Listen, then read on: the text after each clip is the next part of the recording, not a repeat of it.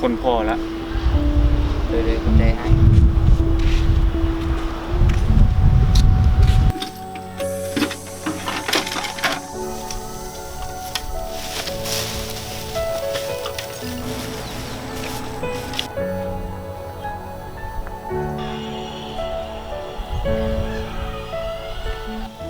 ฮัลโหลสบายดีไอ้โดยไอ้เป็ดกะสีดีบ่เนาะโดยไม่ได้ไอ้น้องเจ้าของเพชรคนบ้านเฮาไอ้โดยไอ้เข้ามาห้องเป็ดเลยไอ้ขี่เข้ามาอยู่เบื้องขวามือจะเห็นประตูเล็กเด้อไอ้เด้อน้องกำลังออกไปหาโดยไอ้แม่นแล้วไอ้แม่นแล้วไอ้โดยไอ้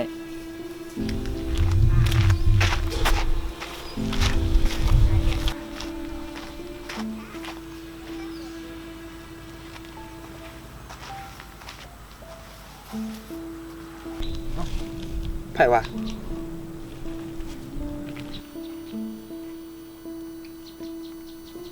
น้องเป็นยังไงน้องมาได้ใส่นี่สิไปใส่นี่หึบอก เขามาซอกเวียกเฮ็ดแต่บ่มีเวียกเฮ็ดเขาก็บ่ฮู้ว่าสิไปไสดีเขากินก็บ่มีเงินก็เบิด โอ้วะขอสั่นเอาเงินไปจ้างรถเมื่อบ้านเด้อ บ่อายน้องบ่เอานะ เอาสิเมื่อจังได๋ซั่นบัดนี้กินหยังมาแล้วบ่นี่ ยังบ่ทันได้กิน โอ้ไอ้ก็มีแต่น้ำเงินบอกก็น้ำกินแล้วเมื่อเด้อ เลยขอบ ส่ง ใจ หาทางเมื่อใจบ่ น้องยังพันยักเมื่อนะ เป็นหยังคือบ่เมื่อบ้านหมู่นี่อ้ายก็ยังอยู่บ้านอ้ายนี่หึคือบ่เมื่อบ้านเป็นหยัง น้องบ่ทันยักเมื่อน้องมาหาความสำเร็จให้มันเจอก่อน สั่งซอกตัวไปอ้ายสิเมื่อบ้านก่อนอ้ายเข้าบ้านก่อนเวียกอ้ายหลาย เดี๋ยวไอ้น้องขอถามนี่ ไม่หยังอีกบ่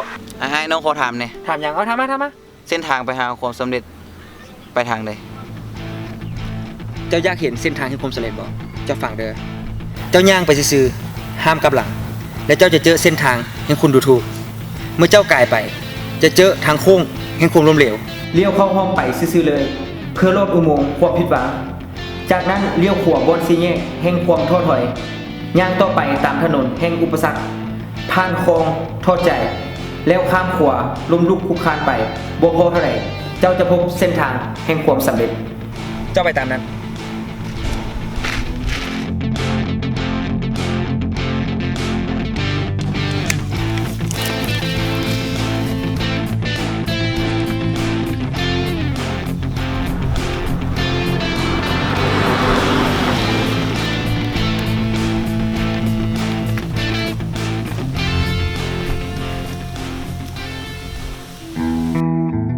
ถ้าใจถึงก็ไปถึงเป้าหมายได้